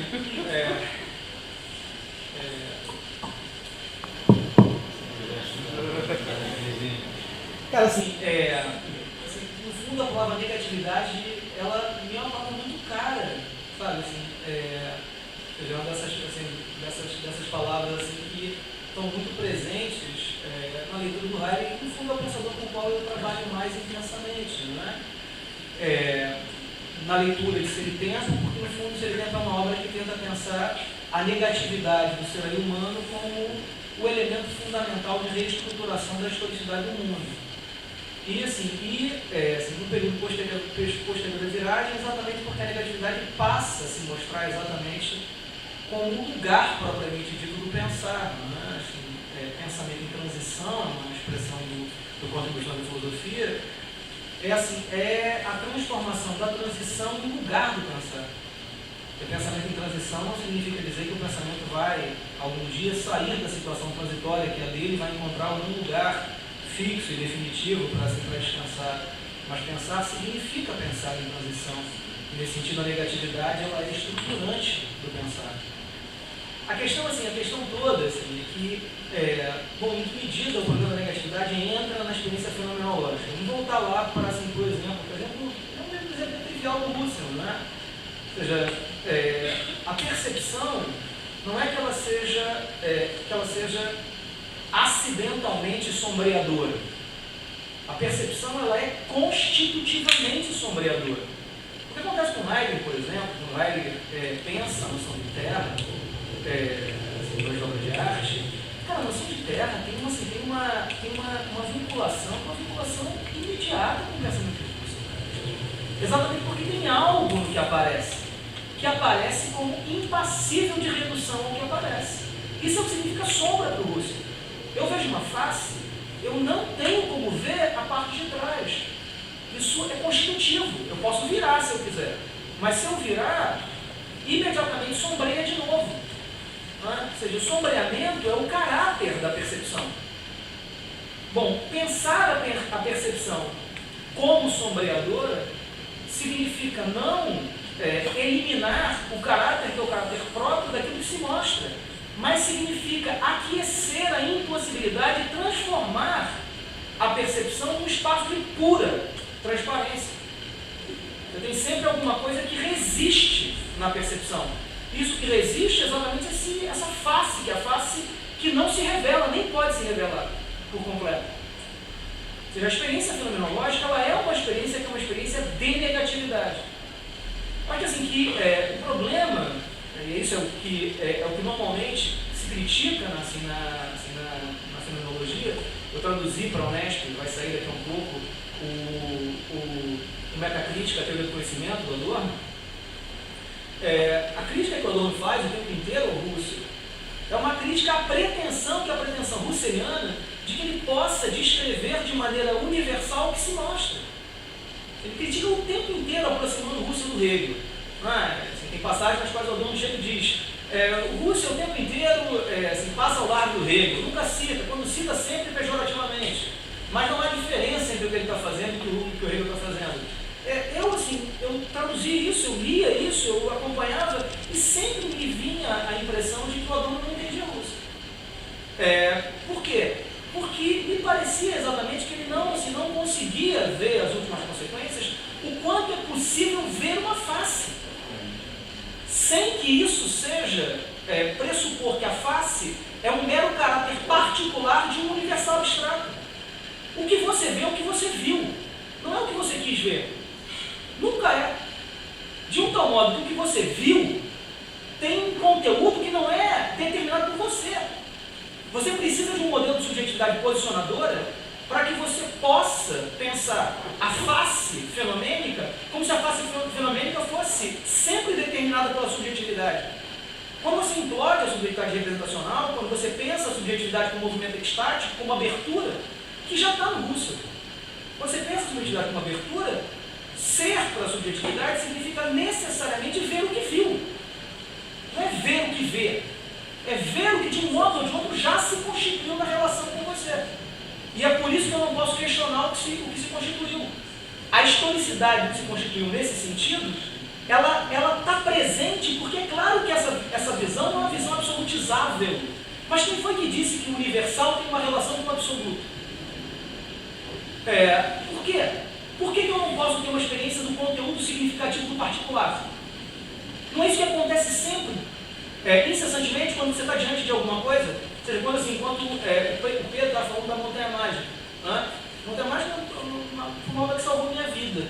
Eu estava na escola naval, abrindo uma passagem da Montanha Mágica, que está na primeira página do Nada Caminho, onde reina a imensa monotonia do espaço, afoga-se o tempo, onde o movimento de um ponto ao outro é sempre o mesmo, não existe movimento, onde não existe movimento, reina o tédio. Essa passagem eu estava descendo um alojamento da escola naval, quando eu li aquilo. E aquilo ali revelou para mim imediatamente onde eu estava. O sanatório Berkhoff. É lá que eu estava. É um sanatório. Imensa monotonia do espaço. Isso é uma experiência. Uma experiência que eu não posso questionar. Não é que eu não posso questionar porque eu tenho que absolutizar a minha experiência para todos nós. Eu não posso questionar porque eu não posso questionar o que eu experimentei. O caráter passado das minhas experiências, o caráter passado das minhas vivências. Ou seja, o que o Husserl está acentuando, e eu acho que o Heidegger não dá um passo além disso, é que você não tem como questionar as vivências que são as suas. O Heidegger vai implicar enormemente quando são vivências, be my guest, sem problema nenhum. Mas ele não avança em relação a isso. Você não pode questionar o que aconteceu com você. E não pode questionar o que aconteceu com você, senão em novas experiências do que aconteceu. E nesse sentido, se você se encontra nesse lugar, que é o lugar da relação, o lugar no qual a coisa se autoconstitui na relação, expressão do Husserl, princípios de fenomenologia, parágrafo 20 e 10. O que ele diz lá? Eu não posso conhecer senão aquilo que se dá por si mesmo. Princípios de fenomenologia. Agora, isso não significa que aquilo que se dá por si mesmo é uma coisa que você vai encontrar porque eu disse. De um tal modo que você pode pegar a minha experiência intencional e absolutizar essa experiência. De alguma forma, você precisa retomar a experiência intencional para que você abra o espaço para que a coisa se autoconstitua. Nesse sentido, me parece que fenomenologia, as últimas consequências, é uma reconciliação entre o temporal e o conteúdo significativo do temporal, que de alguma forma foi sempre bombardeado pela tradição. Porque exatamente a temporalidade funcionou na nossa tradição como um argumento contra o conteúdo. Na cores ruptus. É assim que o Agostinho chama, por exemplo, a experiência que é a experiência sensível. Corrupção. Coração partido. Por quê? Porque você nunca está cheio nas coisas. Nem pode estar. Por que você não pode estar? Porque não tem experiência estética que seja uma experiência estética realmente integral. Porque a toda e qualquer experiência estética você tem necessariamente uma espécie de insuficiência dessa experiência, uma vez que ela sempre se nega em novas experiências. Fenomenologia é assim que eu estou lendo, pelo menos. Abre a possibilidade de você pensar uma reconciliação com a aparência. E nesse sentido, eu acho que eu estou casado monogamicamente com a aparência aqui. Por mais que, assim, que a aparência nesse caso seja que nem a ida de Lerna, né? Quanto mais você corta, mais ela vai ser proliferada. Queria retomar, assim, a discussão conceitual. Eu não tenho gabarito para acompanhar, então vou retomar um pouco a pergunta do Pedro. A pergunta, porque o que o Bernardo falou, eu acho que teve um pouco a ver com o que o Pedro estava tentando pensar, que é, se você de alguma forma lida com obras de arte específicas, né? Então eu vou lá falar de um filme, eu acho lindo esse princípio de não questionar o que viu e tentar se apropriar do que viu e tentar descrever o que viu. Aí eu acho que, assim, é fundamental ser casado com a aparência, e isso tem a ver com esse movimento de autoapropriação, né? Eu acho que esse é um movimento fundamental para quem faz crítica de arte, né, específica, de obras específicas. Agora, no trabalho prático, esse trabalho de ficar vendo e revendo os filmes, ou ver peças de teatro, etc., você percebe que o que você viu, você não viu. O que você viu, você não viu totalmente, por um lado, como você estava dizendo. Então, a cada nova retomada, ou no trabalho mesmo da descrição do que você viu, você vai vendo. Né? Não tem uma positividade do que você viu. E aí você começa a perceber, e eu comecei a perceber isso fazendo isso de uma maneira muito selvagem, que eu acho que tem a ver lá com o conteúdo histórico, né? Você começa a perceber que, de repente, você lê um livro de um teórico do cinema que diz um troço, e que, ao entrar em contato com aquilo, o que você viu ganha mais clareza. Porque o ponto que eu acho é que a nossa questão fundamental é que, se por um lado não dá para você positivar um método de acesso à história ou à realidade, por outro lado, quando você faz essa aposta muito convicta na afirmação, na necessidade de afirmar o que você viu, você renuncia inteiramente a qualquer metodologia. E esse é um problema que, na prática concreta, eu acho que diferencia análises que me interessam mais de análises que me interessam menos, entendeu? Eu acho que o movimento é bonito, assim, e a afirmação, né, a apropriação é fundamental. Agora, eu percebo que talvez seja possível construir uma, entre aspas, não uma metodologia que enquadre previamente o fenômeno, mas tem aí uma noção de método um pouco misteriosa que permite dar conta melhor do teor material das obras. Sabe? E que não dá, então, nesse ponto, o Pedro falou do Greenberg, eu acho que não dá para desprezar essa preocupação, porque senão fica solipsista. Né? Assim, a primeira coisa que que essa discussão, que é a discussão sobre teoria ou sobre método, dá a impressão de que fenomenologia é uma espécie de abracadabra, sabe? Assim, como se a fenomenologia ela fosse um mero despojamento, como se você só tivesse que perder. Não é? Eu acho assim, que isso é uma espécie de eu acho que isso é uma espécie de conclusão precipitada. O que acontece, por exemplo, quando você lê alguma coisa, né? Não significa necessariamente que essa leitura ela vai funcionar como uma espécie de filtro que torna exatamente indistinto o que você vê. Né? Mas qual é o balizamento do que você vê? Se você lê alguma coisa, né? E quando você lê alguma coisa sobre alguma coisa. Isso é intencional. Quando você fala de algo. qual é o balizamento do que você fala? É o alvo. Quando você lê, o problema é quando aos poucos o que você vê já é meramente o resultado, que é o resultado da articulação, que é a articulação daquele quadro conceitual. Não significa dizer que você não vai ver alguma coisa, não vai ler alguma coisa, se orientando em meio a essa leitura por aquilo que no fundo está em questão na leitura. É um exemplo russeliano, assim, vamos lá, assim, fazer às vezes do Russell, não é, cara? O Russell chega e diz assim, você tem um silogismo. O silogismo é uma estrutura lógica, que diz para você que quando duas premissas são dadas, uma conclusão se segue necessariamente. Vamos pensar no silogismo falso. Você chega e diz assim, todo homem é pedra, Sócrates é homem, o nome Sócrates é pedra. Isso é falso. O que o Russell vai dizer? Que a falsidade do silogismo, ela ratifica a necessidade da estrutura lógica. Porque ela ratifica exatamente o fato de que é falso por conta da estrutura lógica. Ou seja, não é que a possibilidade de você construir falácias em meio ao silogismo suspende o silogismo. Eu acho que a gente pode transpor isso, e acho que é isso que as pessoas raramente fazem, para a experiência que é a experiência comum. Acho que o Dahmer fez isso. Você discute alguma coisa, qual é o balizamento? É a coisa que você está discutindo. Não é assim? De um tal modo que se alguém começar a falar um bando de coisas estranhas sobre Kant, ou sobre Heidegger, sobre Platão, ou sobre Aristóteles, vai chegar uma hora e vai dizer assim, olha, cara, desculpa, mas isso não é Heidegger, ou desculpa, isso aí não é Kant. Eu não estou pensando naquela coisa erudita, assim, do especialista. Estou falando, cara, desculpa, né? Assim, não tem nenhuma relação com o que está em jogo aqui na discussão. Significa que tem um balizamento pela coisa. Você pode ler o quanto você quiser, mas é preciso lembrar sempre que o que torna possível a leitura é sempre aquilo que está em jogo na leitura.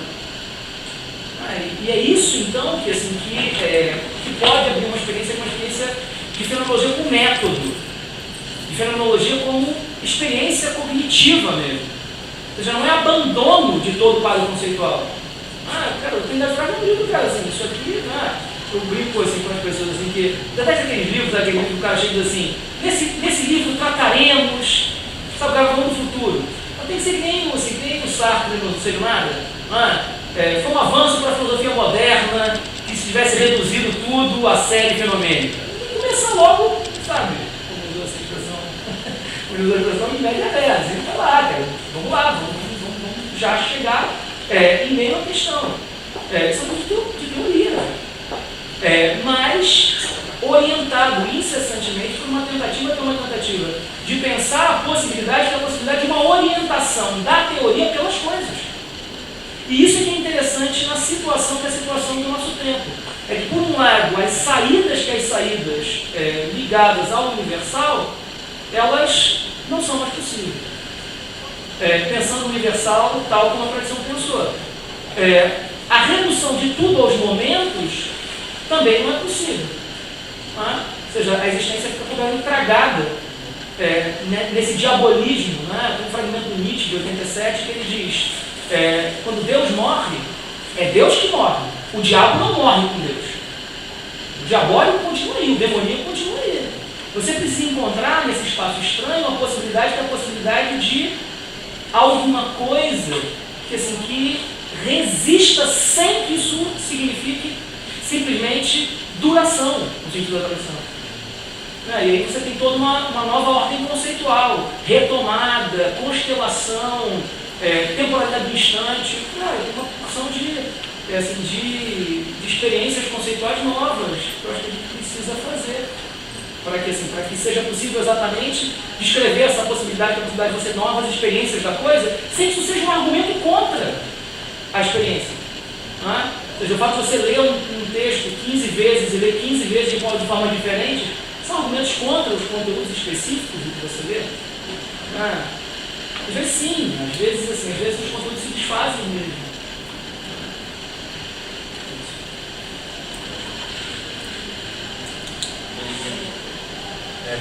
Acho que tinha gente para perguntar ainda, mas a gente já estourou o tempo, já passou uma hora. Você está fazendo uma última pergunta? Só uma pergunta bem rápida. São duas, na verdade, super simples. Boa noite, né? No caso, você reconhece alguma espécie de passo temporal nosso, né, dentro do niilismo, e reconhece que esse espaço nosso temporal hoje é um tanto quanto permanece preso a um relativismo, né? E aí você reconhece isso como um problema e quer lidar com isso. E aí não ficou claro para mim como é uma, não sei exatamente qual é a proposição, mas como uma espécie de fruição fenomenológica, uma fruição de algum tipo de imagética está se opondo ao relativismo. A outra questão é bem simples, existe política dentro da eternidade? Há política na eternidade? Muito obrigado, cara. Finalmente, assim, uma pergunta de aluno, a gente fica sempre esperando vocês, perguntarem também. Cara, o que acontece, né? O problema, assim, o que é uma medida? O que é uma medida? É uma necessidade. A necessidade determina a medida da ação. Não é? Mas o que torna a necessidade da ação possível? É o fato de que a ação, de certo modo, não pode acontecer de outra forma. A temporalidade, que é a temporalidade do instante, essa constelação relacional, instante feliz, sabe? O exemplo do Giger é maravilhoso. O Giger chega e diz assim: o Homero escreveu muitas coisas, mas de certo modo, a gente lembra do Homero pela Ilíada, pela Odisseia. O que acontece ali? Você tem a materialidade plena da Guerra de Troia, assim, do sofrimento do Aquiles. E você tem, ao mesmo tempo, a potencialidade criadora do Homero. Quando as duas se juntam, o que acontece? Você tem transubstanciação da matéria na forma. E você tem, ao mesmo tempo, a potencialização máxima da forma por meio da matéria. Isso é um instante feliz. Instante feliz aqui não significa que isso é eterno, porque ganhou um espaço que é um espaço extratemporal. Mas é no temporal que essa ação alcançou plenamente ela mesma. Porque foi no temporal que a matéria, plena da Ilíada, por exemplo, alcança por meio da experiência criadora homérica o ápice da própria matéria. E ao mesmo tempo, na potencialidade criadora, na potencialidade criadora, que essa matéria alcança o máximo que é o dela também. Sabe, essa possibilidade de você ter um instante, que é um instante no qual não falta nada.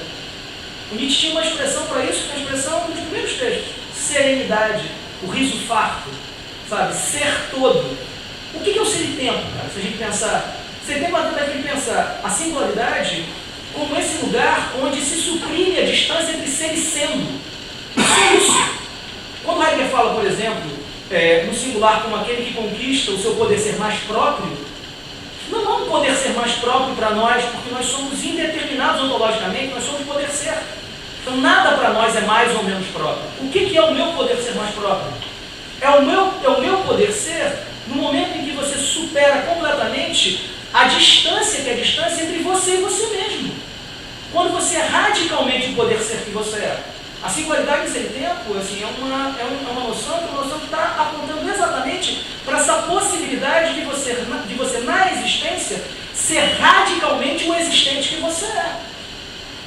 Esse elemento aqui instaura uma necessidade, que não é da ordem da prévia presença de elementos lógico-causais que obrigam você a ser de um modo específico. É exatamente ser de maneira absolutamente desprovida de qualquer necessidade para além do campo de ser. A única coisa que eu estou inserindo aqui, de diverso, é a tentativa de pensar essa possibilidade a partir de um horizonte temporal condizente com essa possibilidade, que é o horizonte temporal do eterno, no tempo, uma vez que o tempo do instante é o tempo da síntese temporal da totalidade, da síntese entre passado, presente e futuro. Isso é o que torna possível exatamente a experiência, que é a experiência de um ser que é na sua temporalidade eterna. E nesse sentido pode passar. Isso envolve toda uma necessidade de você repensar o campo da ação. O final da Eternidade Frágil, essa passagem que eu li, já é uma ponte para o próximo volume. que é ensaio de temporalidade na ação. Por quê? Porque quando eu comento a pintura de ação do Pollock, o que eu estou comentando antes de tudo é exatamente uma pintura que é uma pintura que exige agora de você esse aquecimento, a impossibilidade de você controlar tudo que está acontecendo no âmbito da pintura. O Pollock pintava no chão. Ele pintava no chão por quê? Ele pode controlar as linhas, mas ele não pode controlar o gotejamento. O gotejamento é incontrolável. O Nietzsche tem um aforismo do Aurora que ele diz: estou farto daqueles que, vendo o sol nascer, dizem, eu quero que o sol nasça. Estou farto daqueles que, vendo uma roda rolar ladeira abaixo, dizem, eu quero que a roda continue rolando. Estou farto daqueles que, caídos no chão, dizem, eu quero continuar no chão. Sabe como é que chama esse aforismo? Crítica ao livre-arbítrio. Ele está dialogando com Kant, e com a pretensão kantiana de que é possível controlar todos os elementos que são os elementos de uma ação. A ação contemporânea é uma ação por demais complexa. O que vai acontecer? Eles não conseguem controlar. Agora, pensar a partir da temporalidade do instante significa pensar uma necessidade que se dá no instante. Não tem nenhuma possibilidade de você antes ou depois controlar isso. Mas você precisa, de algum modo, encontrar no instante a necessidade do instante. Isso envolve toda uma política. Isso para não falar da noção de estrangeiridade. Não é assim? Que é a noção que está, de alguma forma, atravessando toda essa passagem. Não é assim? Que é a nossa absoluta indeterminação ontológica. O que nos torna, de alguma forma, impassíveis de pertencimentos, em geral. Nós não pertencemos a lugar nenhum lugar é nosso. Nós não temos uma morada física, porque não somos físicos. Nós não temos uma morada transcendente, porque também não temos uma morada metafísica. Então, em que lugar é esse estranho que é o nosso? E em que medida é possível existir nesse lugar? Galera, obrigado por tudo, obrigado a vocês pela paciência.